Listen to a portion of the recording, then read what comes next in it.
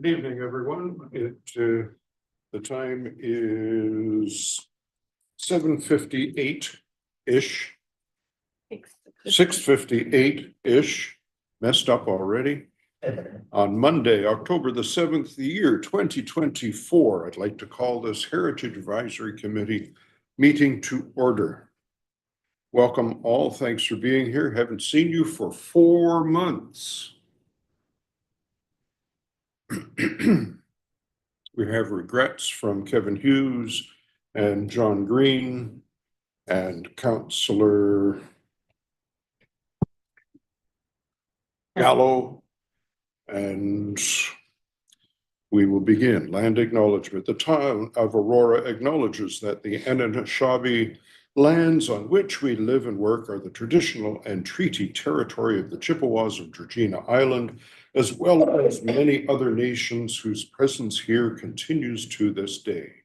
As the closest First Nation community to Aurora, we recognize the special relationship the Chippewas have with the lands and waters of this territory. They are the water protectors and environmental stewards of these lands. And as a municipality, we join them in these responsibilities. We further acknowledge that Aurora is part of the treaty lands of the Mississaugas and Chippewas, recognized through Treaty Number 13, as well as the Williams Treaties of 1923. A shared understanding of how the rich cultural heritage that has existed for centuries and how our collective past brought us to where we are today will help us walk together into a better future. Could I get a motion, please, to approve tonight's agenda as circulated by Legislative Services? Moved by Cynthia, seconded by Rocco. Any questions, comments on the agenda? Okay, so any opposition? All in favor? Motion carries. Item 4. Declarations of pecuniary interest and general nature thereof. Are there any declarations of pecuniary interest? Seeing none, on to number 5. Receipt of minutes. 5.1 Heritage Advisory Committee meeting minutes of June the 10th, 2024. Could I please have a motion to receive these minutes? Rocco, seconded by Cynthia. Good thing you guys are here. Any questions, comments on the minutes? Calling the vote, all in favor? Motion carries unanimously. Number 6, delegations. We do have a delegation this evening. Mr. Christopher Watch is joining us. And welcome to the table, Christopher. You have 5 minutes for your presentation. And the floor is almost yours. So, you're all set already. Very good. All yours, sir. Evening committee. Christopher Watts. You might remember me from such delegations as June 4th, where Doors Open, where I brought to your attention that program, which was kind of somewhat abandoned and needed some revisiting. Tonight, I'm bringing another one to your attention, and that's the Heritage Awards that were done by this committee for several years and seems to have been likewise abandoned. So I assume everybody on the committee goes to a bunch of these recognition and awards put on everywhere. So I've just, we can just roll through these. Here's Windsor does theirs annually. There's another one, just Hamilton. After that, I think I pulled one up for Heritage Toronto, which has been doing it since I think it says 1974. And there's this annual, and the next one I put up is Barrie, also annual. They do a nice job on their website, by the way, because they actually have a portal on their website that takes you to the past winners. So there's actually some documentation with regards to it. We can go to the next one. So that's kind of a broader snapshot of larger municipalities. What's happening here in New York region? Well, Markham does one. They do theirs annually. Next one, King as well has an annual awards program. Next one, which are Stouffville. So the one that's kind of left out of the mix here is Aurora. What happened to Aurora's? So if we go to the next one, I did some digging. It looks like there is some news pieces dating back to 2007. There was awards being done. The next one shows, I think it's a date of 2012. Don't know who that is. Next, I think I pulled one 2014. And what you'll notice there is the committee is doing this in a biannual effort. So they're showing it as, every 2 years, this was an effort, and that's what was committed to. That's 2014. That's 10 years ago. So go to the next slide. So I don't know. Something happened. We're not doing it. And I don't understand what decision has been made to all of a sudden scuttle this. Go to the next one. I did do a little bit of searching in the minutes. And what I did find in 2016, when Councillor Gartner was, I believe, chair or co-chair of the committee, she actually had brought it up under new business as to what's going on with this. And if you do read through this a little bit that I highlighted, it talks about maybe doing them in conjunction with the volunteer recognition awards that are done by the town, also annually. So if you bring up the next slide, I brought up, these are the actual awards that are done every year. And again, there is no Heritage Award. So it never got moved over to that platform. It's never being done by this committee. Just stopped. So if we go to the next slide. So I don't know what I don't know, because there is no communication out as to, is this something staff just decided wasn't going to happen? And if so, I don't know what the justification to shutter this down is. There was definitely nothing I could find where it's a council decision. And by doing so, effectively, I look at it as a decrease in the service levels we've agreed to. It also seems to be contravening our recently approved cultural action plan objectives. And I just posted them there for you to look at. So my concern here is it just seems to be a growing trend. I brought to you last meeting, Doors Open. I have another concern about the architectural salvage program. I haven't heard it brought up at this committee this term at all.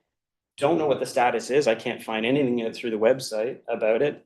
Don't know what's going on. I took a snapshot there of what was posted in 2017 as a guide, and it says it's supposed to be advertised through Doors Open, but because Doors Open just never happened, it's an option where you have a domino, basically, just basically knocks a bunch out.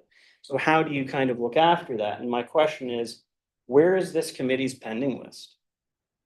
I haven't seen one. I don't understand why one isn't being shown regularly in the minutes for discussion. If we go to the last slide, the pending list that I could find, the last mention of it was 2017. It's just a valuable tool. It's one of the things that you just reach for and look and go, oh, what do we have to do?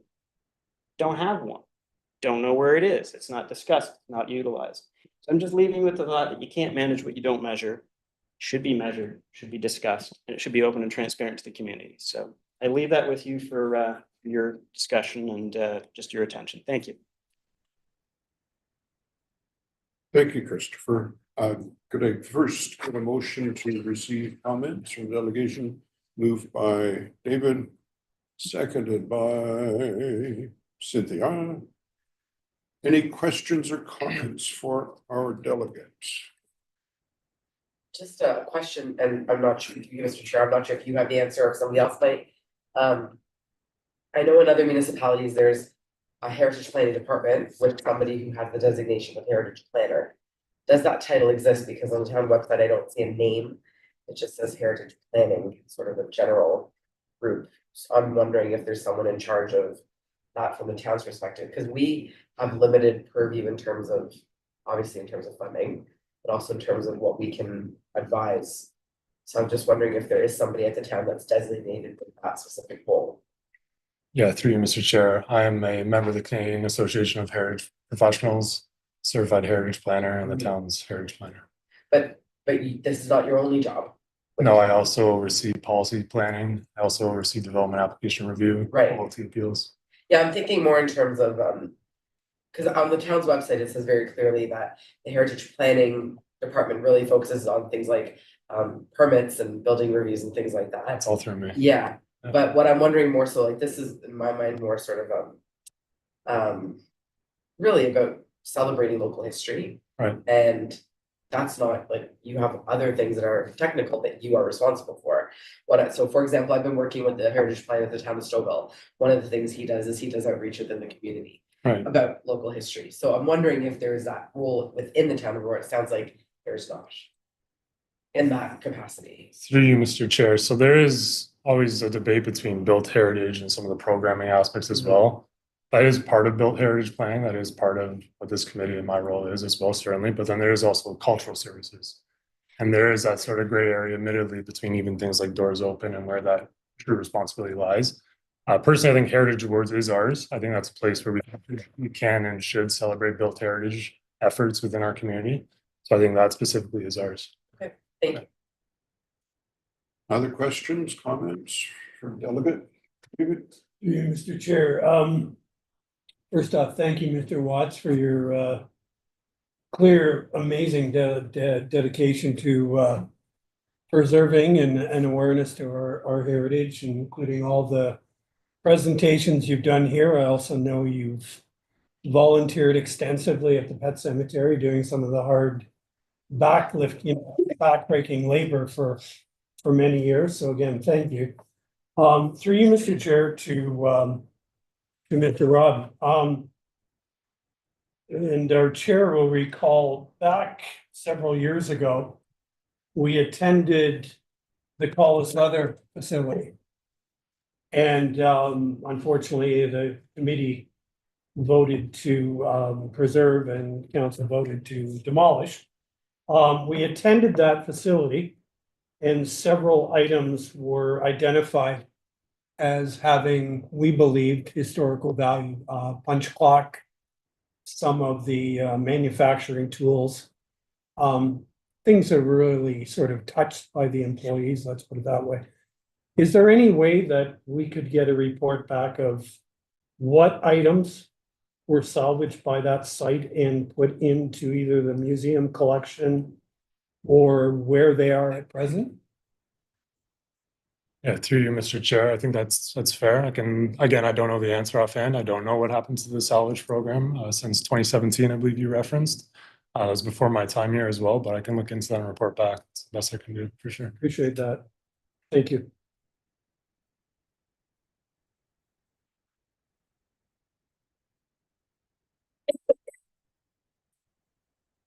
Any other questions, comments? I'm just trying to think. There was something that in my experience in the last couple of weeks, there was something that came to mind about the salvage program, and I don't know what it was. I know. It was the current exhibit that's at the museum of the doors from the Fleury House. And Michelle Johnson just mentioned salvage program.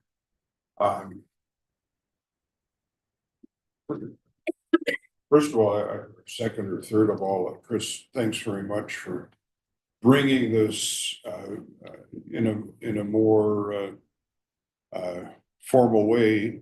I think those are all excellent questions.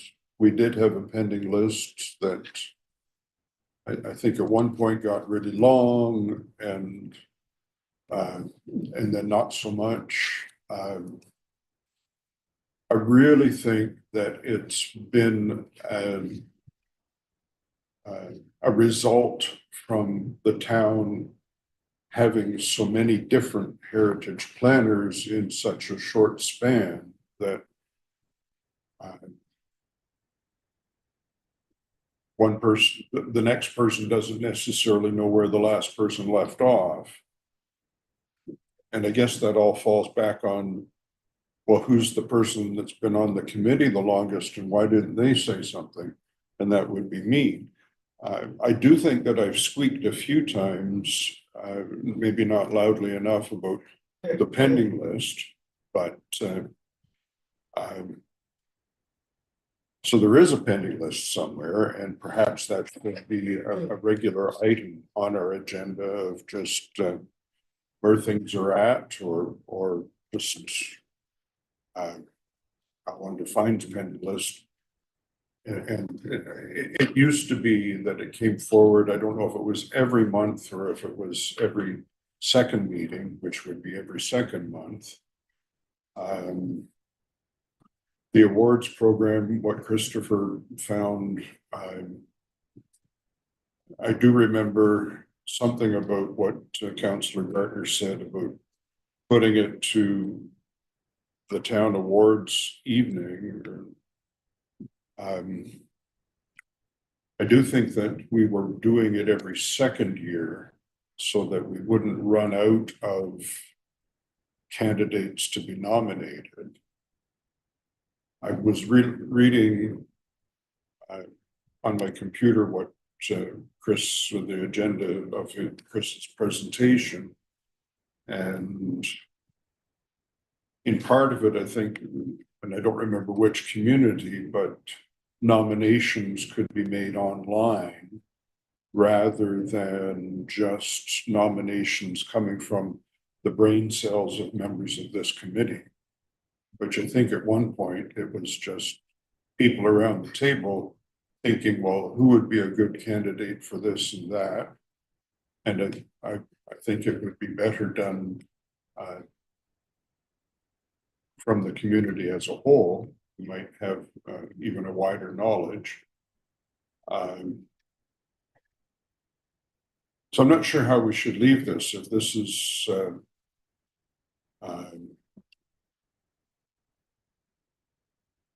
something for us to just simply leave with Adam as staff, or if it's something we should make a decision about, or just ask for an updated report, or So through you, Mr. Chair, I thank you again to the delegate for their presentation.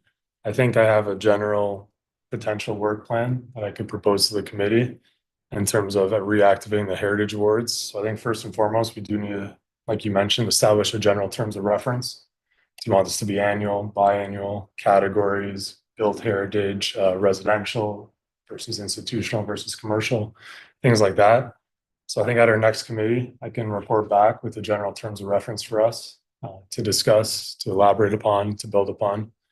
From there, we would have to go to council to reactivate the program. And again, I admit, Chris, I don't know the best true word for that. I don't know about the history in terms of what happened since 2016, but in terms of reactivating it at a council level and buy into this terms of reference that we'll create here within the next few months. And from there, I do think it would be a nomination-based system where anyone from the community, again, that's something we can discuss when in terms of reference is presented, but then there'd be the opportunity to receive nominations potentially this next spring.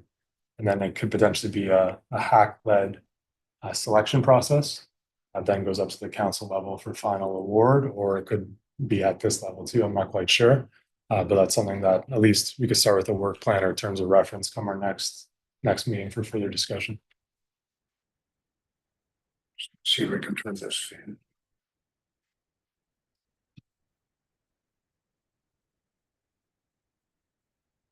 Not sure you can hear everything at that end of the table. Chris? I just remembered because what Adam was talking about, going through the process, it sounds like going into them, pushing them to the community ones that already exist. One thing that didn't make my slides, but should probably be thought by the committee if that's the direction it's headed, is that group of people and that committee that goes through that had discussions last year, and apparently people nominated for one award, the committee determined to push them to a different award. So I just want to make you aware that they felt that they had the jurisdiction and power, and they didn't see any issues doing that.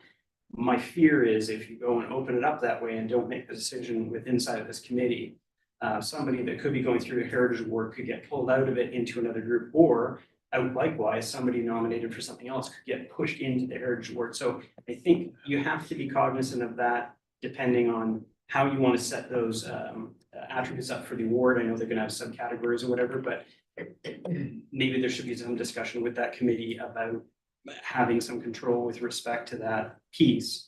So that there's some integrity, especially with respect to yourselves. Otherwise, you're offering it up outside of your control. So just my thoughts on that. Adam? Yeah, so through you, Mr. Chair, just one thing, a point of clarification. I mean, this can certainly be discussed further in the terms of reference, elaborate on. But my initial reaction with that, this awards would be a built heritage based award separate from that at this committee's discretion, but that was at least my thinking when I spoke earlier.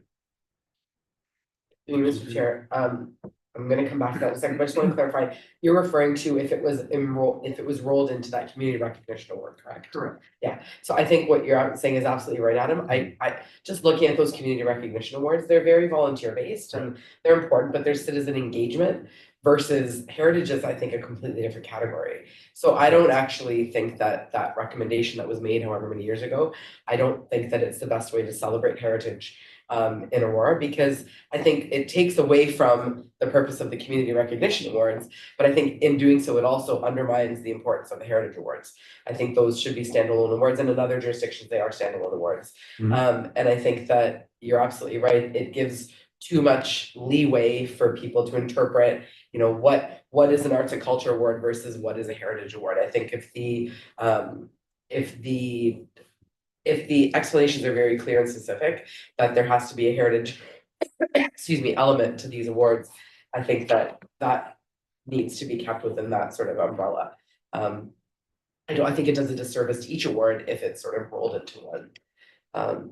But based on what the other jurisdictions are doing, it doesn't seem like that's what they're doing. David?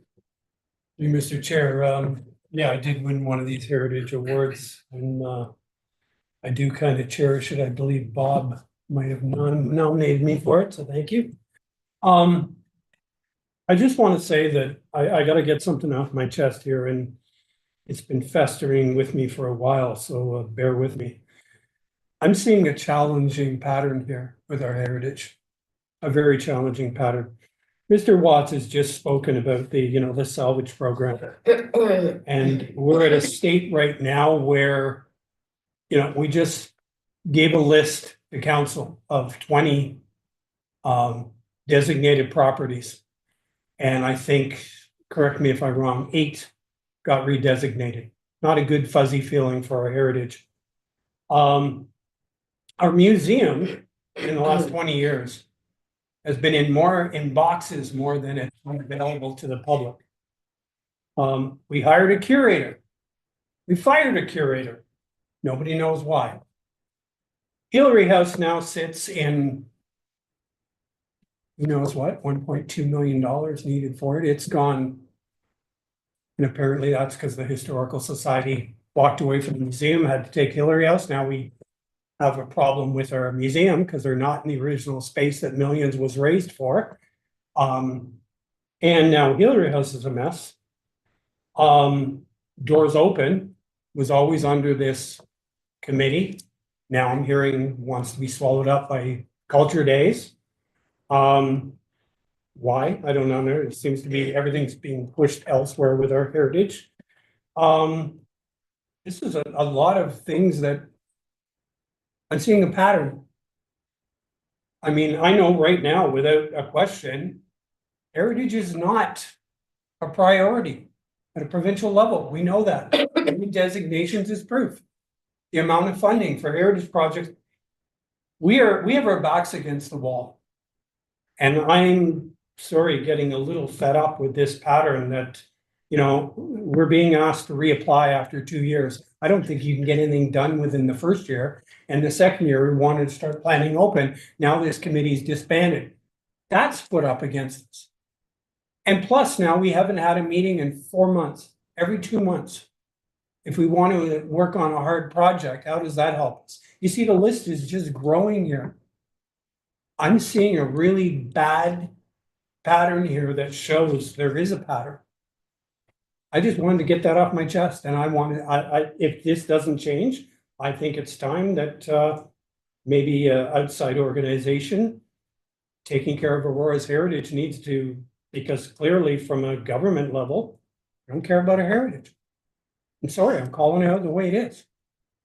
And it needs to change. I think our heritage is very valuable.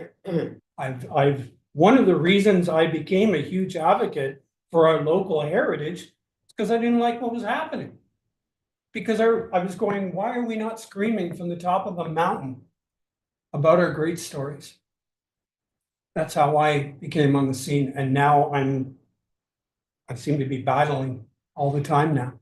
I think tonight's pet cemetery issue we'll bring up later is a prime example, but I'm done. I got it off my chest. Your comments are appreciated, Dave.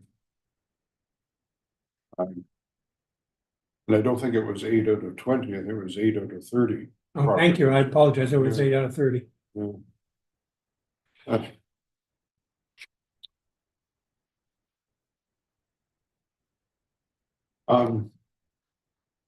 Appreciate your comments and thoughts.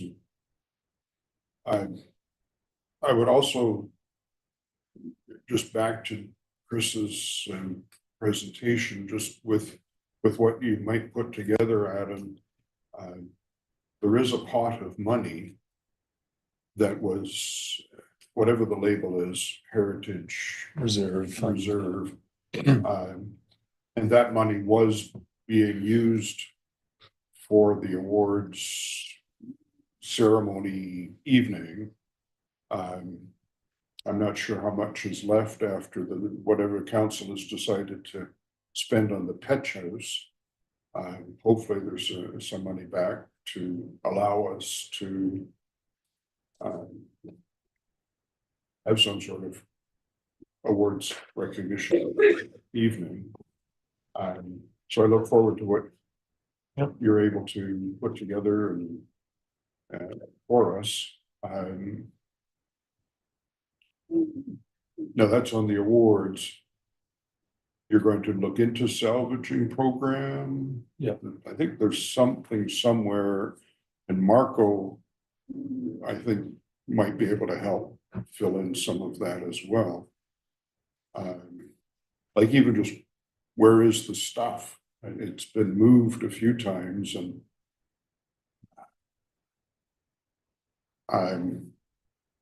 pending list. Is that on your list? Yeah, so through you, Mr. Chair, the items I have so far are a report back on the salvage program, the establishment or creation of a terms of reference memo for this committee at our December meeting, our next meeting. And then in terms of the pending list, I don't believe, again, that does predate me. And to my knowledge, that's not something that any committee is currently doing.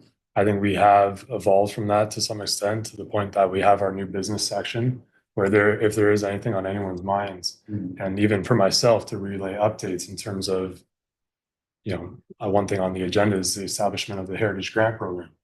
That's something that, again, I'll be presenting in December here, right? So if there are items that want to be discussed, we have a forum to do that, but I don't believe any committee formalizes it by way of a true pending list per se.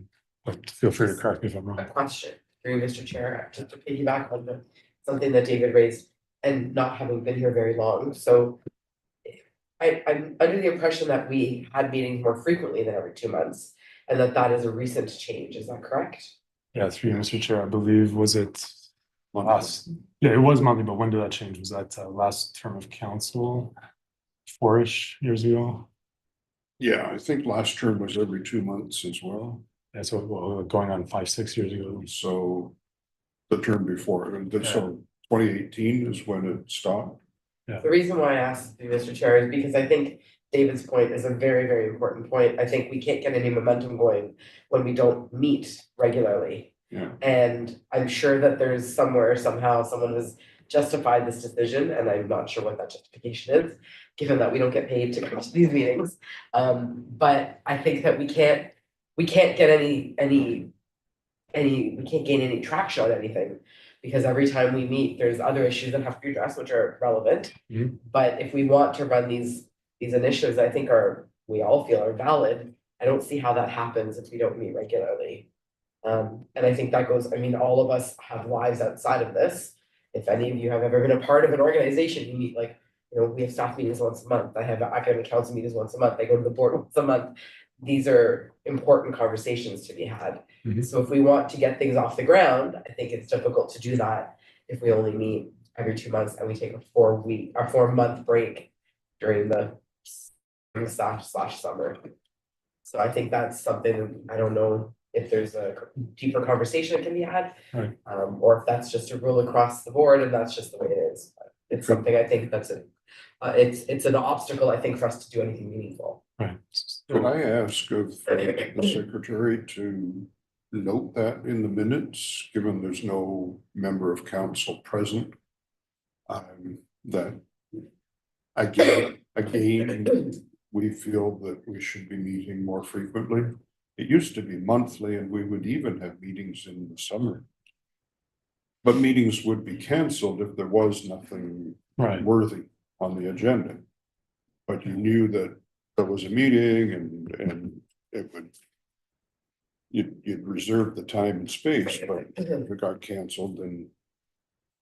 All right, Yeah, so through you, Mr. Chair, too. I think honestly, this was discussed even last year with this committee too, right? I think at that time, one of the discussion points was the fact that if there is ever a need to call a meeting, we can also do that as well, right? It's like, say we really get up and running with the heritage boards and we want a meeting just strictly on buckling down on the selections. No problem whatsoever, right? So I think you are right. As opposed to scheduling meetings and canceling, I think corporately, I think the decision was made that we can have these meetings and then add to as required. to counter that. Right. If I don't have a meeting scheduled, I might find something else that evening. Like Yeah. Historical Society AGM or the screening of the pet cemetery. For example, this evening. So I think it's easier to book it and cancel than it is to Fair enough.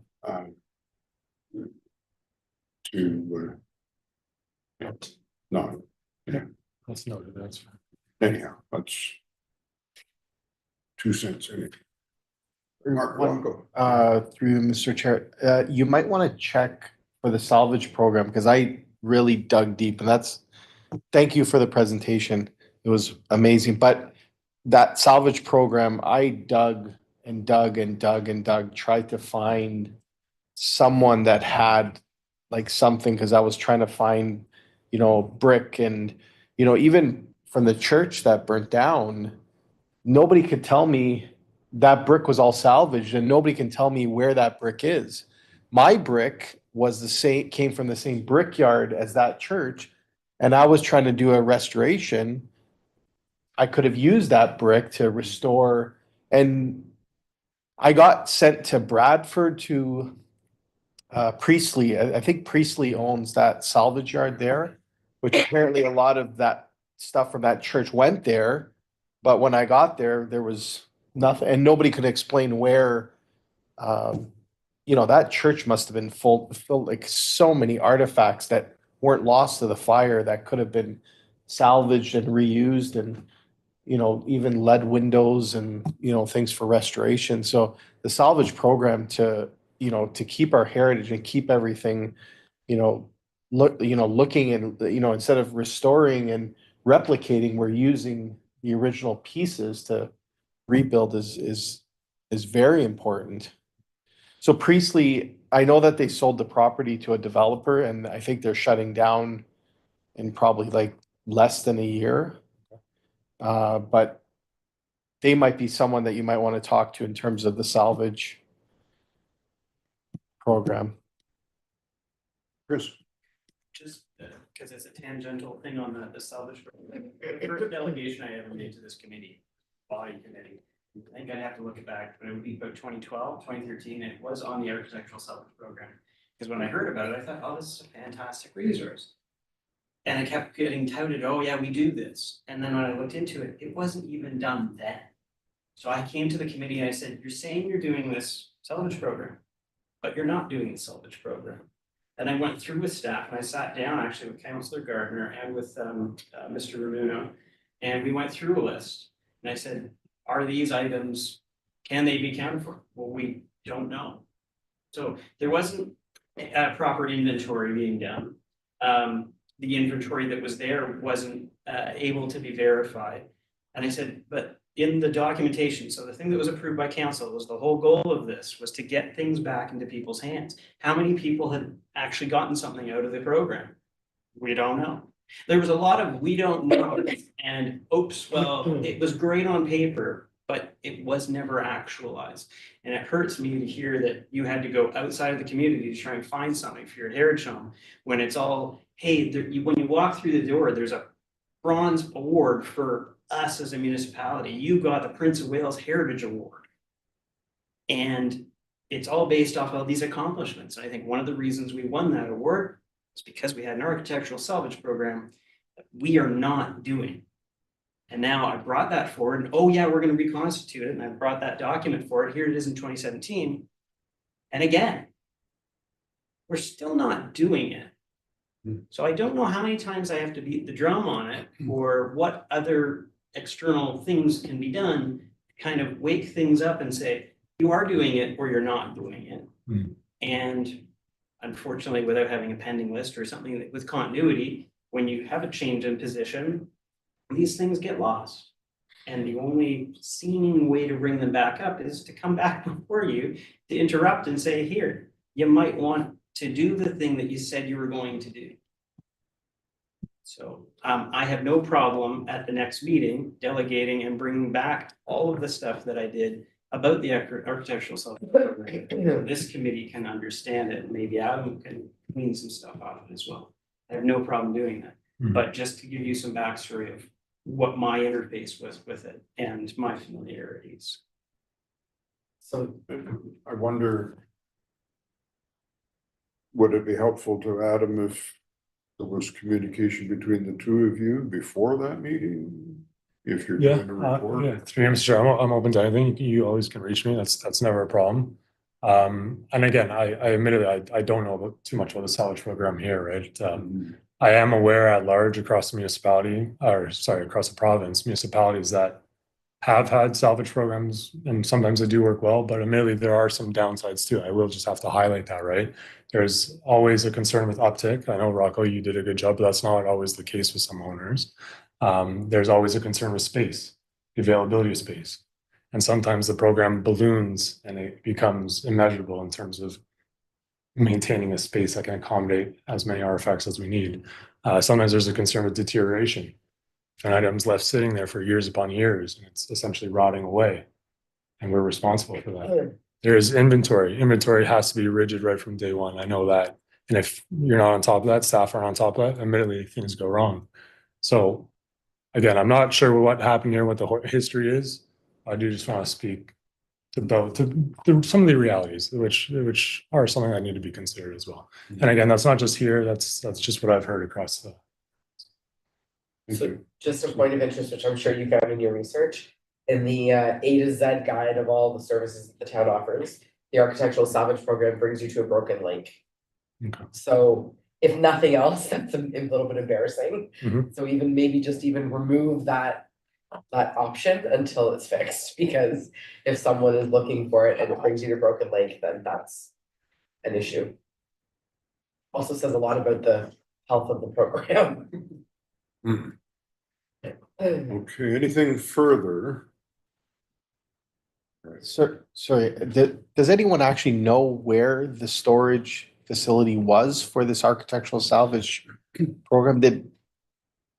Yeah, through you, Mr. Chair, I'm not sure. I believe the JOC at one point, I believe there was even, from what I've heard, anecdotally, like a storage container, shipping container type of thing too, right? Because space just becomes a primary concern, right? Feel free to, I may have misspoke. Yeah, no, through you, sir. At one point, some of it was in the old library, which was demolished on Victoria Street. I'll just add too, I think one of the things that I found very troubling was, and I'm sorry to speak for somebody that's no longer with the town, but a conversation with our former curator was hearing about our inventory to do with our museum at one time when an inventory was done. And then finding out after the fact that the inventory was done in a way that some pieces, the person didn't physically see the item. Yeah. There was an index card that said the item existed, so it was put, that it was in inventory. They weren't inventorying an index card, but that's essentially what happened, and that's coming from the source, the curator. I really believe, I'm sorry, I'm just in a real frustrated, so, and you know, when I'm frustrated, I'm just gonna spill it out there, because I got nothing to lose, because we only got one more meeting, and I'm sure I won't get back on the committee next go around, because I've been too vocal, and rightfully so. I think there's a lot of things we don't know where our heritage exists. Our museum, as I said, has been in boxes for 20 years. And there's a lot of people that I've had calls from who have made donations. And right now, and these are very prominent people in the community that go back to the earliest days, like great grandsons of very amazing people, asking and questioning and expressing their concern whether their artifacts exist within the collection. I'm not making that up. So there's another thing off my chest. I'm going to be about 2 pounds by the end of the meeting. All right, folks. Again, Chris, thanks very much. And feel free to stick around, but if you've got a life outside of this room, feel free to. There are 2 other things going on this evening. It's unfortunate, I guess. There's silos and not exchange of discussion of dates, because you might have more people here, or you might be able to go to other things, which seemed very curious for this evening, but thank you very much. Yeah. And you got an invitation, some other people didn't. All right, gang, we're on to item 7. Oh, no, we're not. Vote to receive. Vote to receive the motion of the comments on our delegate, moved by David, seconded by Cynthia. Okay. What are you saying? Opposed, carried. Yeah, all right. It's funny, there was a parliamentarian that assisted school board meetings, and his views on things were different from town meetings, but I don't know enough to speak on it. Those in favor? Opposed? Motion carried. Matters for consideration, 7.1, memorandum from the Manager Policy Planning and Heritage the Heritage Permit Application 77 Wellington Street East. That the memorandum application be received and that comments regarding be received and referred to staff consideration and further action as appropriate. Could we get a mover? Paco, seconded by David. All right. Mr. Rob, would you like to speak to this item, please? Yes, so through you, Mr. Chair, this is a relatively minor heritage permit for a designated and visually designated property at 77 Wellington Street East. To describe it, it's a yellow-sided Gothic property that operates as the daycare east of Yonge Street. The proposed work is all at the rear of the building. The owner has confirmed that there will be no work done to the primary facade, and that no main heritage elements such as that Gothic peak or that lancet window will be altered in any way.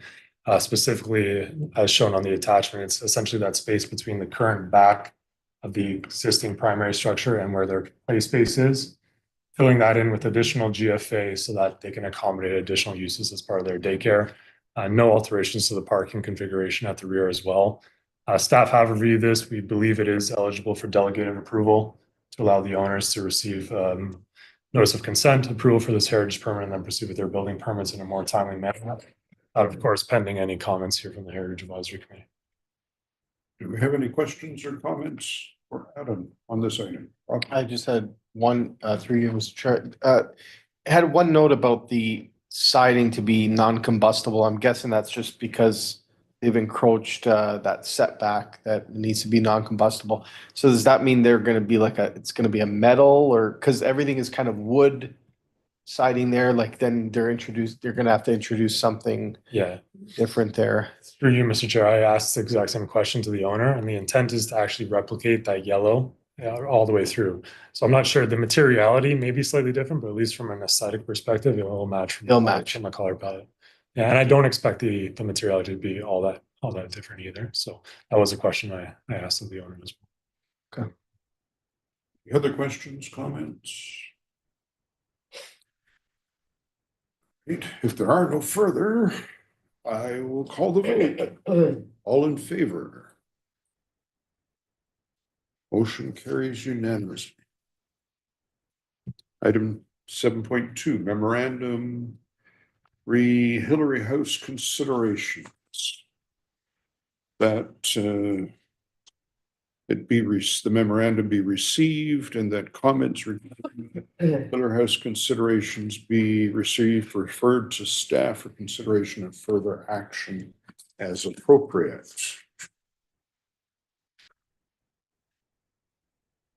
Through you, Mr. Chair. Sorry.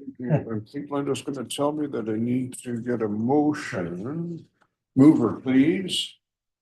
Cynthia, very good. Seconded by Rocco. Okay. Adam. Okay. Yeah, through you, Mr. Chair. So this item is in regards to the town receiving a letter from the Aurora Historical Society seeking collaboration regarding the future use and long-term sustainability for their property, the Hillary House. As part of this effort, there will be broader public surveying and engagement with the community at large. But of course, input from the Heritage Advisory Committee is being sought on matters that are listed in the memo, such as ownership potential, programming potential, funding sources, and any other opportunities for the site. We want to hear from the committee directly, and all this information from the committee as well as the public will be summarized into a report back to council for further steps or for the next steps. And again, this engagement and discussion at this point in time is still preliminary. There is no proposed change of use. There's no proposed alteration at this point. It's just about being proactive and getting some community feedback in terms of what are some potential uses and ideas for the property. And should any change in use or alteration be proposed in the future, that would have to come back to this committee by way of a heritage permit for our review and consideration. Questions or comments? David?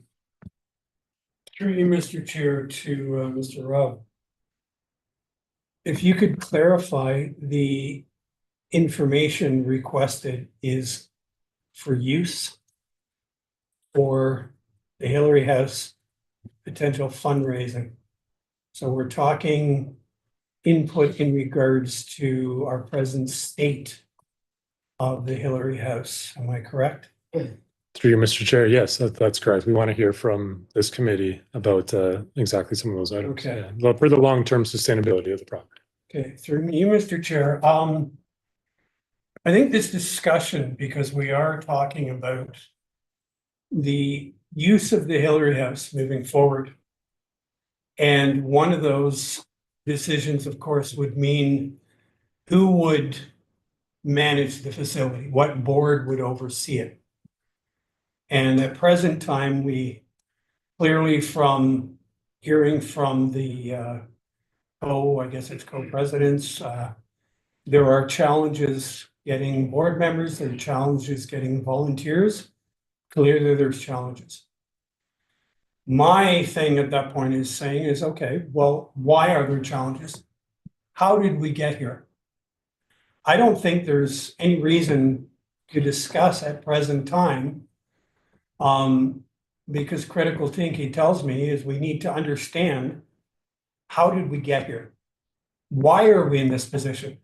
As I said, we have a museum that's been in boxes for like 20 years, it seems. And we have a Hillary House now that is in, I'll say, shambles. And the two are definitely connected. Without question, and I would like to be able to openly discuss.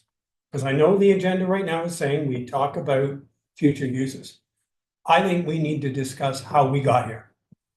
And I would like to, it be okay for me to bring forward the information that I know and I'm privy to of some of the challenges, and I believe explains a lot how we got here, and we not make these mistakes moving forward. Because there've been a lot of mistakes. And I'm sure our chair can verify some of the things I wish to discuss. Yeah, I think that's right through. Yeah.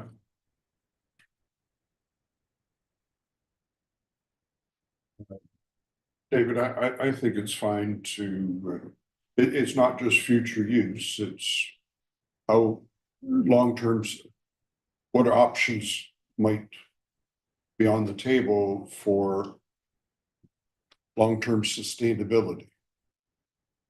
I've got a couple of thoughts I want to throw out there, big ones. And I know you've got a whole slew of things as well, so kick us off if you can. Well, like I said, I don't want to go off the rails here, but I'm going to bring it forward to just further, because like I said, I'm in the state of mind right now. I got nothing to lose. So I think I'm public enemy number one when it comes to heritage right now. So I had a long discussion, and one of the reasons I became a big advocate for our heritage was I had a discussion with a former counselor. And this is going back many, many years. It's been a long journey. And I asked, like, we've got this incredible story. I was out in the community. I didn't know I had roots to our family to like 1802 Aurora, to people like John Mosley, and my mother recently find out she's related to the Duke of Wellington. I didn't know all this, the Graham family, having connections. And interviewing people and finding out these incredible stories about the Fleury Foundry and Sisman Schutz making military boots and NHL skate boots and everything. And I was like, why are we not screaming this from the top of a mountain? This is an incredible story. So I ended up finding out, like, our museum was basically an influx, and started digging and finding out more. And then the story that came out, and it was verified by Les Oliver. I sat the founder of the Historical Society in his very living room and had a discussion with him. And I said, how did we get to this point that our museum kind of in a way ceased to exist? It wasn't in operation. The Church Street School was sitting there empty, basically. That was supposed to be our museum. And the story that I got was that the Historical Society was unable to support the museum and support Hillary House both.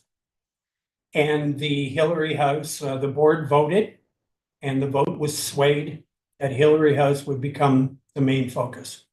And that's coming from Mr. Oliver. Like I said, it's in his living room. The story was that the Hillary House, or the Historical Society, basically got, the story was they threw the keys on the table and walked away. And the Aurora Cultural Center became. My problem with that is the Church Street School, which was to be our museum. There was a lot of money raised for that to be a museum, including a $750,000 heritage grant. Our chair might be able to verify a private donation from Mrs. Breivik, who was my mother's best friend, by the way, worked with her at the Board of Education. And my understanding, the amount back then, quite some time ago, was an amount of $100,000, plus money that came in from developers. I think it was 200,000. 200,000. Well, it's even worse, because 200,000 back then is probably $1 million in our today's money. But all this money was raised for the museum to be held at the Church Street School, with certain guidelines in that $750,000 grant, which I've seen a copy of, with stipulations. which I don't believe have been upheld. Suddenly, it became something else. Our museum ended up, and by the way, I fought for this, screaming and yelling to, not yelling aggressive, but being firm and saying, where's our museum? And our museum ended up getting back some curation space and a little tiny space here, and we ended up getting a curator. Now the museum has new space, still not in the Church Street School. And we have no curator. And now we have a Hillary House, which became their main focus. This is my point. They walked away from the museum allegedly to focus on Hillary House. And now, in a way, we have a museum, but it was to be a museum at Church Street School. In a way, we've lost both. Because I think $1.2 million needing to repair Hillary House is a loss. And I think our museum not being in the building that millions of dollars or over $1 million was raised for them to be in, they're not in it. And I don't care what anybody says, and I don't care how many people are gonna get upset at me, I got a problem with that. And I don't know how they're gonna fix this, but I can tell you donuts. The Aurora Historical Society should not, with knowing this information, be the overseeing body of this building. The history is not good. It shouldn't have gotten to this point, and if they want to hate me because of this, I'll take the hate. Somebody needs to say it, because a lot of citizens are saying it, and I'm not just speaking up for me. Sorry to sound firm, I am speaking up for many citizens in this town who are very proud of our heritage and don't like where it's sitting right now. And it needs to change. And if that change starts now, it needs to start now. Needs to be fixed. Thank you, David.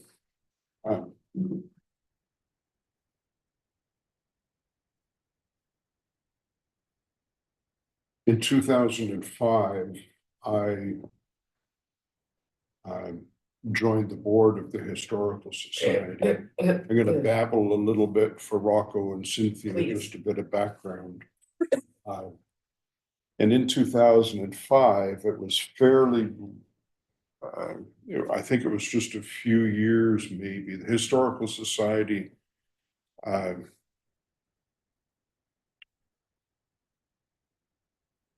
when I applied to be on the board, we met in the town hall, which is beside the clock tower on Yonge Street, where there are some businesses currently. And then soon thereafter, the meetings for the Historical Society were at Hillary House. I don't know in which year the Historical Society bought Hillary House from the Hillary family, but at least from 2005, and I was on the board till 2019, and then got busy with a few other things, school board and such. It was, I think, within board members, a little bit of a hot item or a concern of Hillary. I think there was a Hillary House committee and there was a museum committee within the historical board, because the town's museum at that time was owned by the Aurora collection was owned by the Historical Society, and it was partly at Hillary House and partly in the Church Street School. Most of it was in the Church Street School. And a lady named Jackie Stewart was the curator hired by the Historical Society to manage the museum. And I'm not sure what arrangement was with the town to allow the Historical Society to be at Church Street School, but Jackie was the curator for 25 years.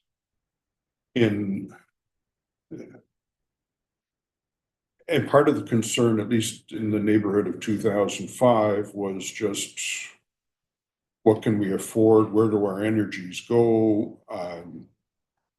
And there was a half dozen years of the Historical Society going through how can we raise $1 million or more?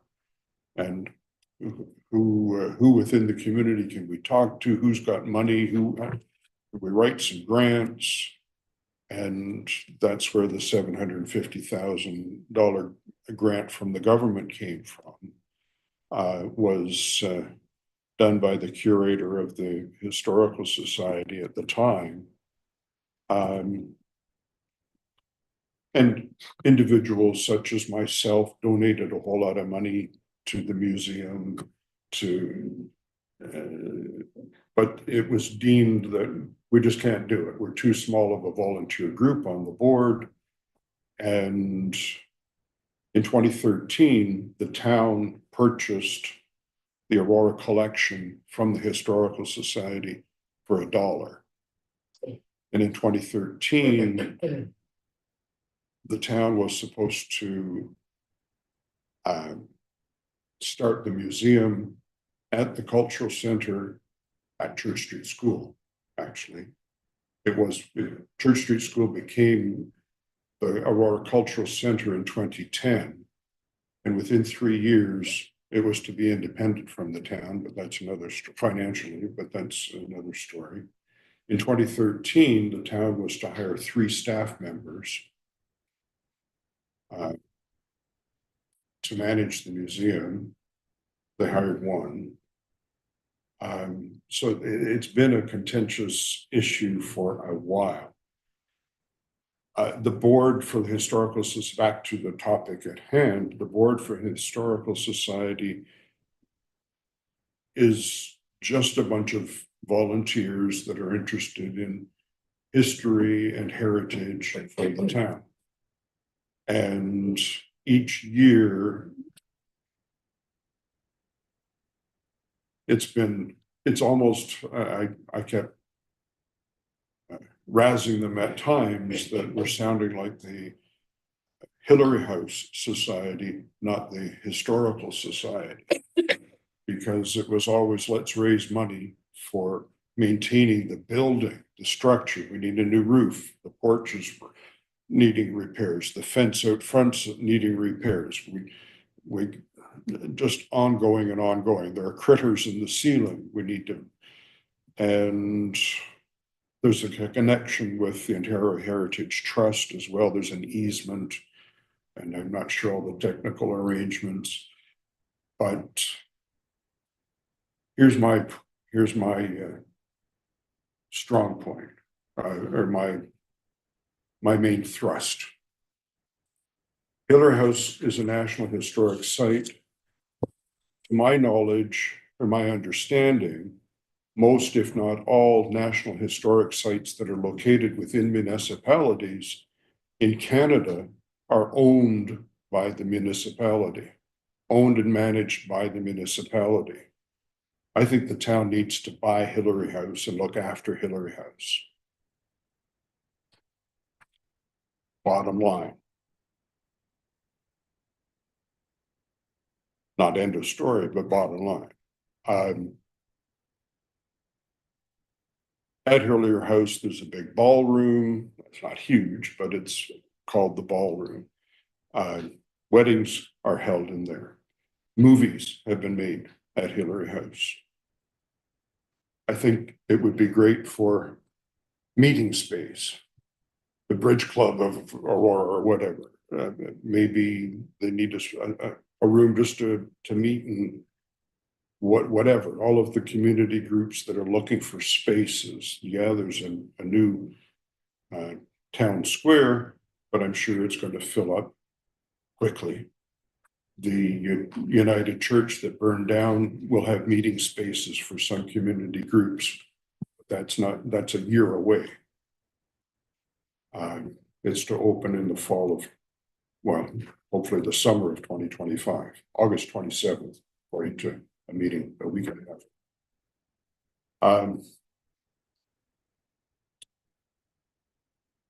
David had, actually, forget some of the stuff. David has some thoughts, and I don't want to steal your thunder, David, but the town could make it a wonderful resource. Partly, it could still be used as a museum. Holy smokes, it's full of artifacts. It's fully furnished with antique furniture. I don't know enough to tell you about the furniture, but it's a museum in itself. But David and I have talked a little bit of, not recently, but of linking Hillary House to Fleury Park. Yes. And there's quite a nice backyard to Hillary House. A pathway could be made through the waterworks property, which lies dormant and is already paved. It's a parking lot waiting to be parked on. And the Fleury Park, Hillary House could be linked with a pathway. I don't know what else you wanted, what to do, what all can be sprouted from that, but it's just it's such a wonderful natural resource of trees and nature, and it's in Aurora's backyard. And parking is an issue for Hillary House. It's been an ongoing issue, but there's a parking lot that could be made out of the waterworks very easily. Do you want to carry that I'd story? love to, Bob. Thank you for saying you don't want to steal my thunder, and I respect that. Through you, Mr. Chair, I'd like to say that my plan did not include turning the workshop into a parking lot. Many of you people in the town know, and the staff know, traveled Ontario extensively over the years, working hard on a belief that, you know, my belief was when the development charges were done, which we're getting closer in housing, we know applications aren't coming in, supposed to be on pushing a housing boom and it's not happening. Where is our money coming from? And I believed our only option was to sell our story in tourism. Adam and I have talked about that extensively. I think Bob is correct. Like I said, we talked extensively that the workyard is the connection. But I don't think it's as a parking lot. The Aurora Community Center is a historical gem. It was built in 1967 as a centennial project with public getting involved to raise funds. It became a community thing. You know, we're moving forward. Hopefully it'll be plaqued to honor our music history, adding a little extra dimension, connecting Machel Park to the Aurora Community Center with that music history. The parking lot that is to the most southern part near the washrooms is a very underutilized space. And it is only a stone's throw from the workyard. It would only take, I've seen the metal bridges sitting in different places in Aurora to be able to plop a bridge over the creek to be able to have access to that workyard, which is, I'm sure nothing's going to happen to that workyard with information that Regents told me about it. But the big thing I see about Hillary House, I'm not knocking Town Square. Town Square is not a green space. The back of Hillary House, which I've walked many times recently, and had chats with John Green, and I said, you know, what's really underutilized is that big property. And I agree with Bob. I believe that the Hillary House needs to be become property of the town of Aurora. But I think our main asset is joining Fleury Park and joining the ACC to it, adding another dimension, which I'm not going to bring forward just yet. I'm going to protect myself on that puppy. But I think what we can do is Hillary House has heritage, is connect the Fleury history and the Wilkinson Plow history, which is untalked about, which connects to our 1885 rebellion story in the Queen's York Rangers, and connect it all together with a great story with increasing our trail system up through the Fleury Foundry, up through Fleury Park. But I believe the main asset that we have that's untapped in this whole project is when I was at the Aurora Farmers Market last year during pollinator month. And the farmers market got involved with the town, and the town got involved with me in doing displays on pollinator month, which Newmarket is a pollinator community.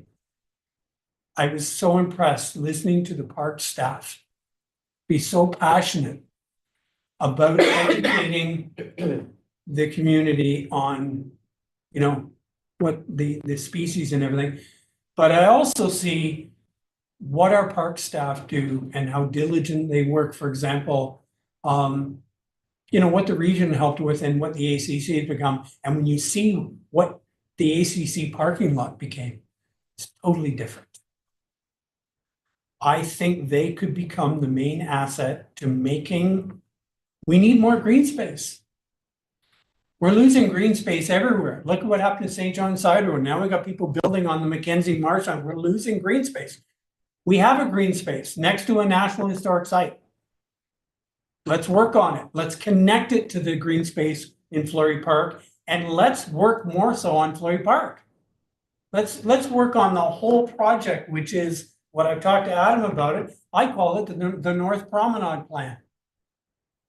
And there's more to this plan. I want to connect the downtown core with that north section.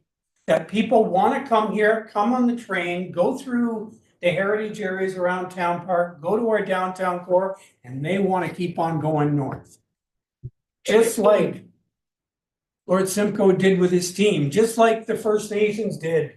Everybody went north. Well, let's get people to go north with our story and take in all that area too, because it's untapped. And especially too, by the way, when you think of the First Nations that traveled Tannery Creek, used to be a lot wider. And you see some of the now, like around the workshop, that they've cleared the all the fescue and everything, and it's cleared out a little bit. And you walk along that trail along Fleury Park, and you can hear the creek babbling. You know what that reminds me of? It reminds me better than walking around Fairy Lake, because I love a babbling brook. Wouldn't it be really cool for people to walk up and they're hearing that and they're at peace and it's very therapeutic, and you come up and then there's this story and you can go up and there's the hill, the Hillary House. Maybe we get Metrolinx involved because they're doing this project that everybody's gonna hate in the underpass. There's community money out there for projects from them. That's who we need to be talking to about this too. You want to go after funding and for money? There's federal grants, tons of them for heritage projects. Not for any. It's the town that needs to be doing those grants. And I'd love to help writing them. I've had write a few grants lately.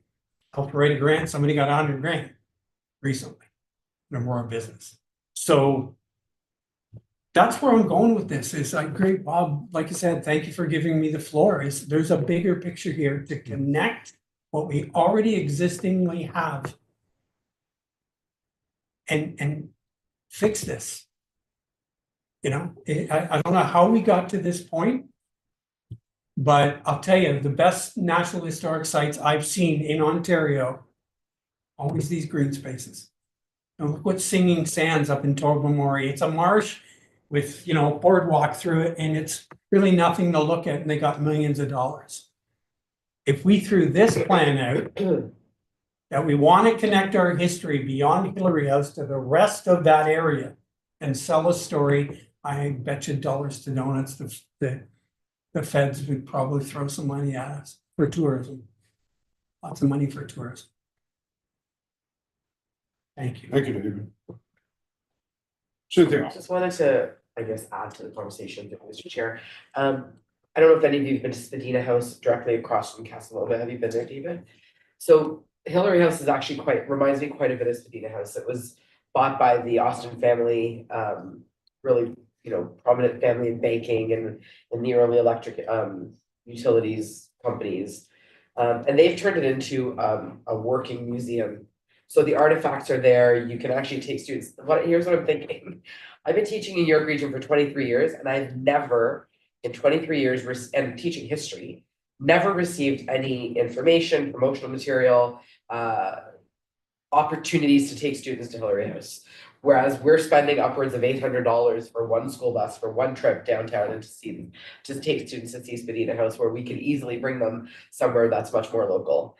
And I think, what you've said, Bob, and what you're saying, David, is absolutely correct. This needs to be in the hands of the town. It's unfair to expect volunteers to be able to execute a project of this magnitude. And I think you're right, David, to say that the Parks and Recreation staff, they know how to do what needs to be done in many instances, but from the historical perspective, you need this heritage property to be used as to the best of its ability and to showcase its significance historically to the town of Aurora, but also beyond the town of Aurora. Like the fact that it's the Koffler Museum of Medicine, this is a direct connection to the University of Toronto. There's lots of connections here, and from a historically significant perspective, it is hugely historically significant, not only to Aurora, but to lots of other places in the GTA. So admittedly, I'm a rookie around here, but I don't understand why it's taken this long and I know it hasn't been because of lack of trying, for the town to maybe take this on as their property, because it is a National Historic Site. It's kind of embarrassing that it's a National Historic Site and that the municipality does not manage it. And that's a disconnect as far as I'm concerned. And from all the other National Historic Sites that I'm familiar with, it's an outlier.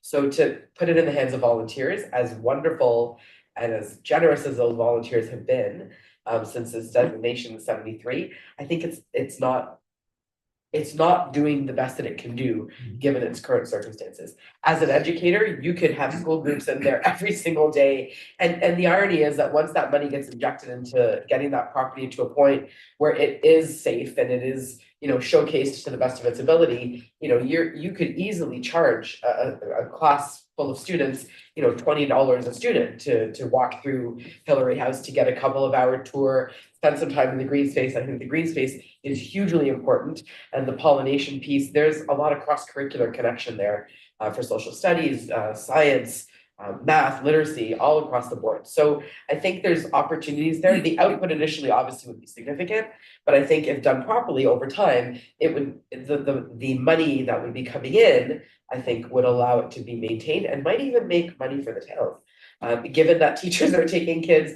all over the place for field trips, it would be so nice to have somewhere local. And there's so many schools in the Aurora, Newmarket, Oak Ridges, King, Stouffville area. So I think it's a really overlooked opportunity if the town does not take this on as a managed property. I think the possibilities are great. I've been living in Aurora since 2005. I have 4 children. My oldest is 20, my youngest is 11. They've had one trip to Hillary House, and it was one Girl Guide group when one of my girls was in Brownies.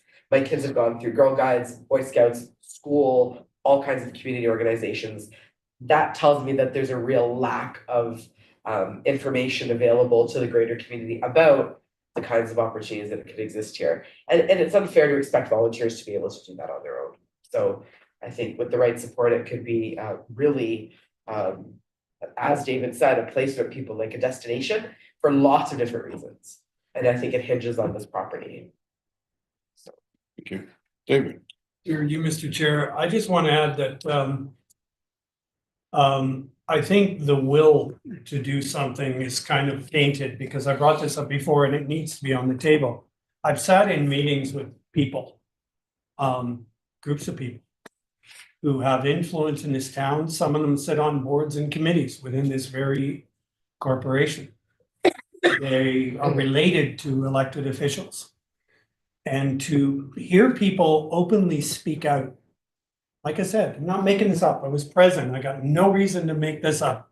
And I brought it up before, saying that, Hillary House should be dismantled and taken to another location in favor of housing being put there.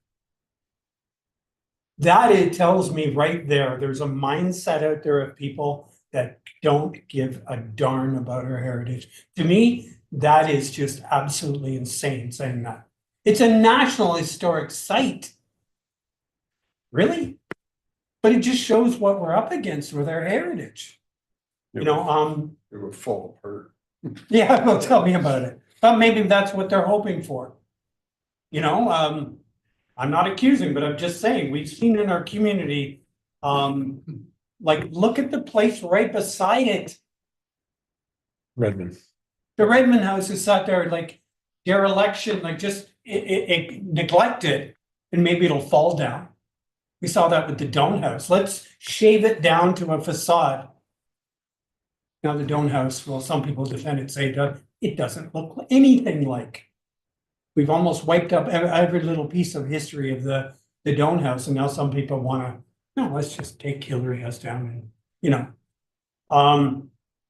I also want to thank Bob too. I want to throw a little joke at this. Bob came out with something really neat when he said, it's a Hillary House Museum of Medicine. There's nothing more medicinal and therapeutic than music. And Bob suggested putting part of my collection there. The answer with that would be no. I've made alternate plans, and that ship has sailed. I made that opportunity an offer to the town. And it was referred to staff, and I don't know why things, when Victoria Hall, I'm going off a tangent here because Bob brought it up, putting the collection in there.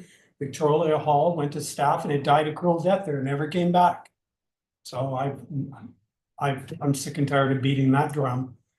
You know, meanwhile, by the way, I will add too, I'm now taking on students, placement students to work on the collection with me. And the reason why they're working with me is they're applying at other organizations like the Cultural Center, and they're not even getting emails back. So they're working with me. I don't think the town would do that. I think the town would take on those students and answer those emails. So the town should take over Hillary House. And I think they should take over the Church Street School again too. Very good. I'll just throw in two little bits, just because it's a National Historic Site. There's no money connected, it's just a title. And I would also say that over the years, the town has been helpful in terms of some repairs, and I think snow removal and tree trimming and such. So it's not like the town hasn't already a connection. It's but it needs to be a bigger connection. Anything else, folks? On that topic? On that topic. Oh, thanks. We're over time. Yeah. So a short item, but hopefully you've got a few comments. Or we can start over. Yeah, if I may, through you, Mr. Adam, Chair, please. obviously there was a lot of comments and we'll have them reflected in the minutes, but just to really summarize in a couple of sentences, just to really echo what we've heard is that, you know, the town should be the ones that own and manage the Hillary House, and AHS should not necessarily be the overseers of the building. The bigger picture is connectivity, being through landscape, trails, parks, and then connection to Fleury Park, the promenade, the downtown core. It's still okay to be used as a museum, but also consider other opportunities with school groups and the like, and really focusing on a marketing lens, I think is kind of what the core of what you were getting at too, Cynthia. So there's a couple other things here, but I think that's And general, probably just to still summarize. Just a spot for the Historical Society to have Okay. the meetings. Yeah, of course. Yeah. Their guest speakers session and it's kind of built in. Yep. I was only just going to say, hopefully you keep in there the connectivity to the ACC. Of course. Yes. Sorry, David. Of course. Okay. Yeah. Very good. Well, town staff, thanks for putting up with us on that. And a chunk of that was just to give some background to newer committee members. Thank you. Thank you for your honesty, Mr. Chair. So don't have to say it. If there are no further comments, I'll call the vote. All in favor? Unanimously passed. No opposed, no opposition. We are moving on to item 8.1. Memorandum from Deputy Town Clerk. Citizen member recruitment for advisory committees. May I have a mover seconder? So let me just get to, that's what's in front of me here. The recommendation is that the memorandum, citizen member recruitment for advisory committees be received for information. Moved by David, seconded by Cynthia. Ashita, would you like to speak to this item? Absolutely. Thank you, Mr. Chair. So through you, Mr. Chair, the reason why we have this memo here, and it was to inform the committee, an email did go out before the recruitment period went live to all the members, informing them that we will be recruiting for the 2025 and 2026 two-year term. The reason for that is because at the beginning of this term, it was directed by council that all citizen members would be appointed for a two-year term only. So that being said, that is expiring for all advisory committees that is listed on that memorandum. With an exception to accessibility and heritage advisory, they will to maintain continuity, given their mandates and given their topics of discussion, until a new committee has been appointed or the new members are appointed for the 2025 and 2026 years. For the next 2 years, this committee will still meet if required. So until that appointment has been made for the next 2 years, we will still have this committee that will still be meeting. The goal is that we will have, once the recruitment period ends, all applications will be brought forward to council for consideration, and a decision will be made before the beginning of the new year. As per the policy, the 2-year term is in place, so all current members who are sitting on the committee will have to reapply if they wish to continue, or if they wish to, or they can apply to other committees of interest if you wish. But the a reapplication is required because it is it's a repetition of the process that we went through at the beginning of this council term. Questions to Ashita? David? You, Mr. Chair. So there are no changes to the decision. Who will be, if I may ask, the applications are reviewed by staff? Is that correct? The applications are brought forward for council's consideration. The decision is made by council. The decision will be made by council as a whole? Through you, Mr. Chair, that is correct. Okay, there's been with strong mayor's powers, I want to make sure. Okay, that's my question. Thank you.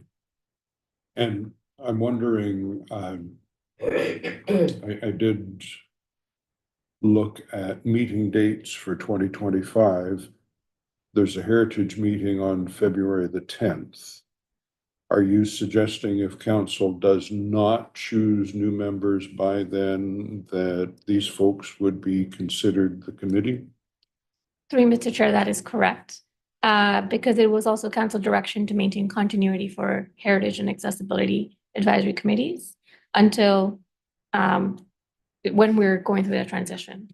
So that being said, that if in a situation where it hasn't been appointed, then that is a possibility. Yes. Or if there's no applicants. All right, thank you. Any other question, David? Through me, Mr. Chair, I just want to get something out of my saddle again. Mr. Watts, who was here tonight, who has several times done incredible presentations and raised great awareness. And right now he's working on an amazing project on our RCAF members, the local members, just incredible work. And I believe Mr. Watts has applied for the committee, I think 6 times and been denied 6 times. So just a point I want to make. Hello, council. Okay, Rocco, did you have your hand? Yeah, I through Mr. Chair, I just had a question. So I came in kind of halfway through. I'm assuming because it ends, I would still have to reapply. Through you, Mr. Chair, that is correct. When we were recruiting for a vacancy at one point in the middle of the 2-year term, that would still be expiring at this point. So yes, so that is correct. You would have to reapply.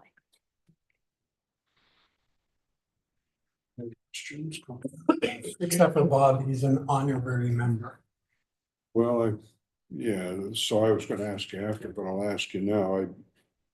I did send you a reply and said I'd like to stay on the committee, but then I did fill in the application form just in case, because I didn't hear back. But I didn't put much in it. Through Mr. Chair, that is fine. So we would, the HS representative and the honorary member would be considered accordingly. Yeah. Okay, okay. All right, thank you. If there are no further comments, I'll call the vote. All in favor? Unanimously consider passed again. Thank you. No opposed. New business. Does anyone have any items for new business this evening? Adam? Yes, through you, Mr. Chair. I have been in conversation with our cultural services team and the team that manages the town square screenings, and they have indicated that they want to come to the Heritage Advisory Committee for a screening of the documentary on the Pet Cemetery, which is a property that this committee did designate last year. One option we're considering right now, and assuming it works for everyone since it's in our calendars, is our next December Heritage Advisory Committee meeting. If that's at a 7 p.m. start, probably an hour, maybe an hour and a half beforehand, there would be a screening opportunity for that documentary. Then we can roll over into our meeting from there. I just want to disclose that to the committee. Okay, thank you. David? Through Mr. Chair, just a comment to that. I'm absolutely appalled that this has come around this way. Our meetings are scheduled, like this meeting was scheduled a year in advance. Bob McRoberts, our deputy mayor, has volunteered at the Pet Cemetery. He was there when the very first group went there for the very first time after an orientation session, quite extensively, was done by Shauna White here in this very room. I don't know if Bob received an invitation. I didn't. I know I've probably rattled some cages in regards to some of the backstory in the Pet Cemetery, and maybe I upset some people. I don't know. I'm not accusing, but I'm just saying I got 3 calls from people, one by email, one from Messenger, and 1 phone call. Will you be there tonight? And I said, well, there's a very important Heritage Committee meeting tonight. I mean, I would have to not go to that. And having to choose is just, I'm shaking my head. Secondly, considering that this committee, it happened, the designation during this committee's term, 2-year term, and the fact that Bob sits on it, myself being a strong advocate for a decade on it, on the property. Adam, who I remember Adam said to me, one of the most proudest days of your life was when you got that paperwork back that it was designated. One of my proudest days too. The public is now sitting there watching that documentary in a new 250-seat theater. Perfect. But this committee will watch the movie. Because of the double scheduling, this committee is offered to watch it in a boardroom. Double slap. I take that as a double slap. It should be in the theater. I'm shaking my head now going, really? This is absolutely appalling. You know, Mr. Watts used the term silo earlier. I've used that term to staff. We've used that term over and over. Now we've got a general committee meeting by the Aurora Historical Society tonight. We've got a Heritage Committee meeting tonight. And we've got a screening of probably the most important designated heritage in the history of Aurora, screening at a theater tonight. I feel like I'm sitting in the Twilight Zone. Seriously. They want to show that screening, show it to the Heritage Committees in the rightful place in the theater. I don't think I'll go because I wasn't invited in the first place, but it's, I'll talk to the media about that. I think it's time to tell the backstory, and the backstory isn't pretty. So, anyway, thank you. Thanks for your comments.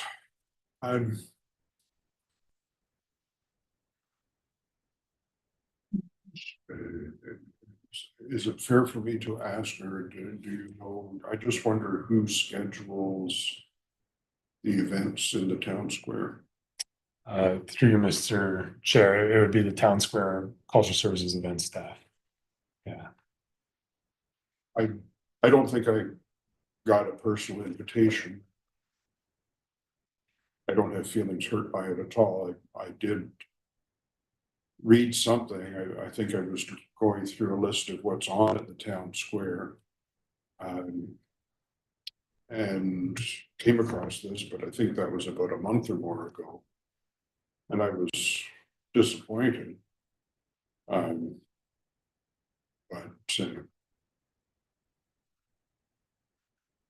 I think it's kind of left hand needs to talk to the right hand a little more often.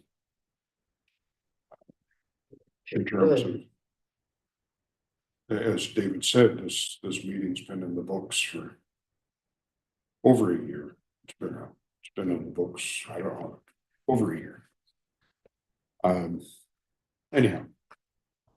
Through you, Mr. Chair, there's one point I do want to speak to David's comment about the theater, and that's fair. If this committee wants to pursue that, I can liaise with the cultural services and town square staff. But at the same time, if it is just going to be our committee of 6 or 7 members or so, you know, I'm at your liberty if you really want to watch it in there. But at the same time, you know, I did propose our next meeting date just because it was in our calendar, was something that could facilitate somewhat seamlessly with our meeting date. But whatever, I'm at the liberty of this committee, right? I just wasn't made aware of this today as well. Dave? Maybe the 6 or 7 committee members would like to bring their families or invite Sure, their yeah. friends. Sure. Maybe there was more people that didn't receive invitation. Mr. Watts did disclose with me earlier tonight, as a volunteer, he did receive a personal email inviting him to the event. Okay. So some did, some didn't. So the evidence is there. Thank you. Yeah. Fair enough. Yeah, and maybe I did, but I changed emails half a year ago. So Mr. Chair, very quickly, I would love to watch it, but for me, adding it to one of the evenings with a meeting turns into a very, very long evening. Fair enough. And I Yeah. don't know if I'm the only person, but I also work full time, so Fair it's enough. kind of difficult to make that time. I would very much love to watch it. And I think David's suggestion of having an event at the theater where we can invite people beyond our committee would be, I'm Absolutely. sure having a second screening would not be a No, problem. absolutely not. It's just- But I would appreciate it if it was not the same day as the meeting. Okay, good to know. That being said, if it's the same day as the meeting, I'll do what I can do to make it work. Yeah, through you, Mr. Chair, that's what we're here Yeah. to listen, and yeah, whatever works with me. If the direction I'm hearing is a separate day, evening at the town square, so be it. I'll make that Whatever known works to with the them. majority. Make that known to them. Yeah, for I sure. would appreciate that as well. Good to know. Yeah, for sure. We'll do it. I'm good either way, but Linda was throwing me an elbow and a dirty look there that she would like a shorter meeting. Take that back, I'm smiling. Just a question through you, Mr. Chair, if you don't mind, I'm not sure, David, maybe you're the best person to answer this question. Is it something that would be appropriate for children to watch? So I'm thinking like maybe Girl Guide groups, or like if we invited community groups, like had a screening for kids and their families, do you think that would be appropriite? I don't know think enough it would about be terrifying for youth because I'm in it. That aside, do you think that it would be, I'm just wondering if we are gonna have that event, then maybe it would be good to invite local community groups, and kids that are involved to increase, this is an opportunity to increase awareness of local heritage, right? So if the opportunity is there, we may as well try to capitalize on it. Maybe to fix it, maybe it's an event that's hosted by the Heritage Advisory Committee. Oh, there, that's what we're thinking. Oh, yeah.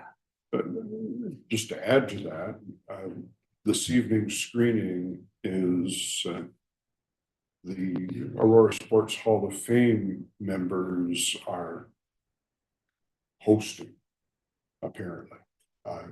welcoming and steering people. Are they buried at the pet cemetery? I don't understand. I don't know how that came about, but Now I'm shaking my head. anymore. yeah, I would. I'm in no rush. Okay. Because I know they've got a month's worth of shows planned already, so time is probably precious and. Yeah, through Mr. Chair, I don't honestly know their schedule or their answers either. I will have to relay this all to them. It may end up still being that December, but I will echo everything I've heard here and just hope for the best. Christmas Eve.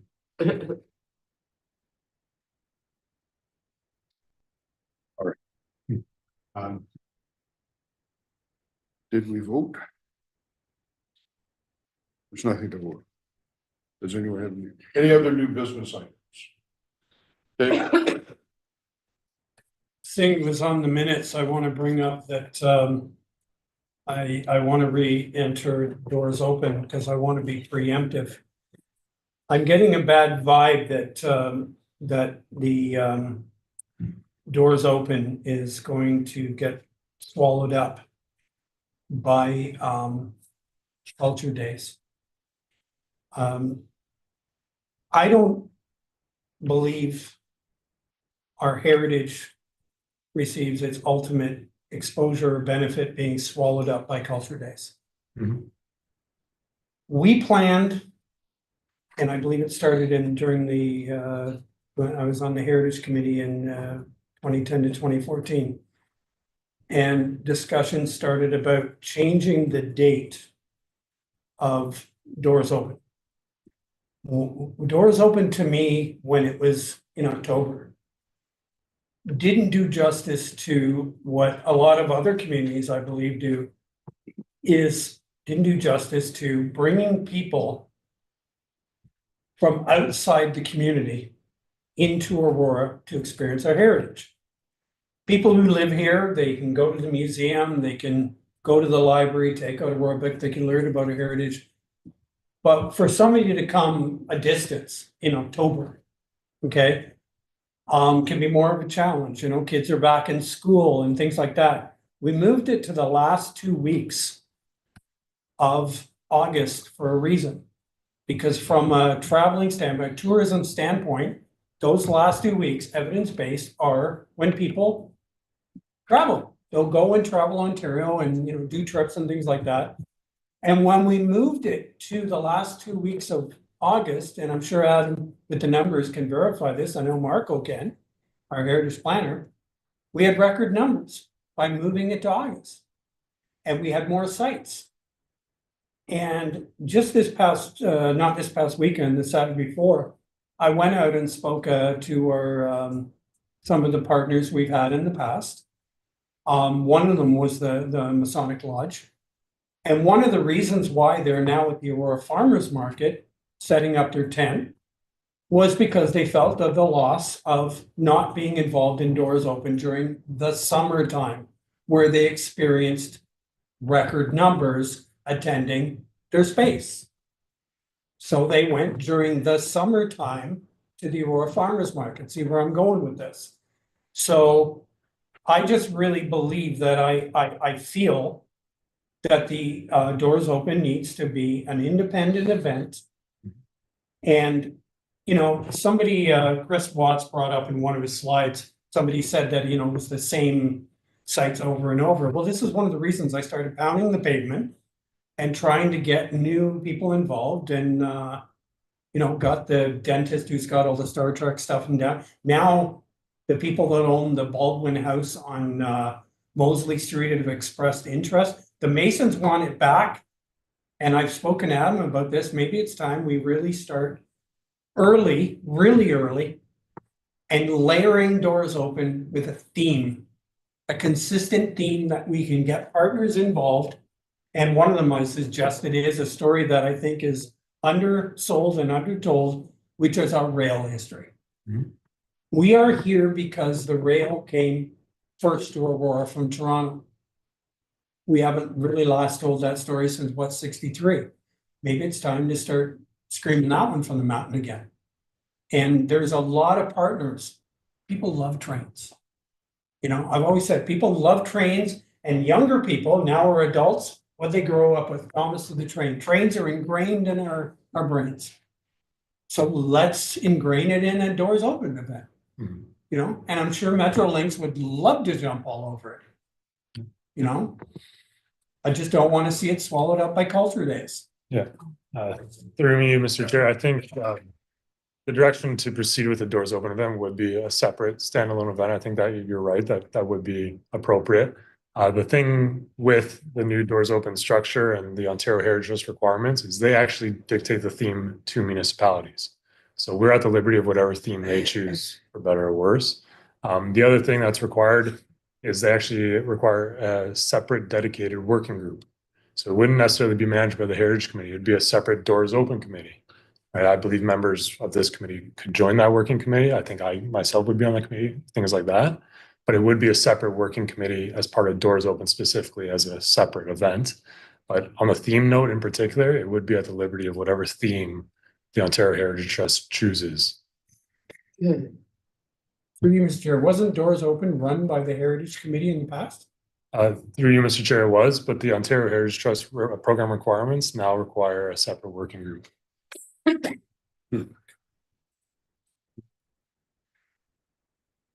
Good. Sorry, just to elaborate on that, through you, Mr. Chair, it can involve members of the Heritage Committee, but it is also entitled to expand to the commercial sector, the tourism sector, the events management sector, et cetera, right? So that was really Ontario Heritage Trust thinking in terms of establishing a working group. And that's a requirement for every municipality that enrolls. Thank you. Any other items of new business? Seeing none. Motion to adjourn. Cynthia, Rocco. Those in favor? Just one, two, oh, three, okay. Motion passes.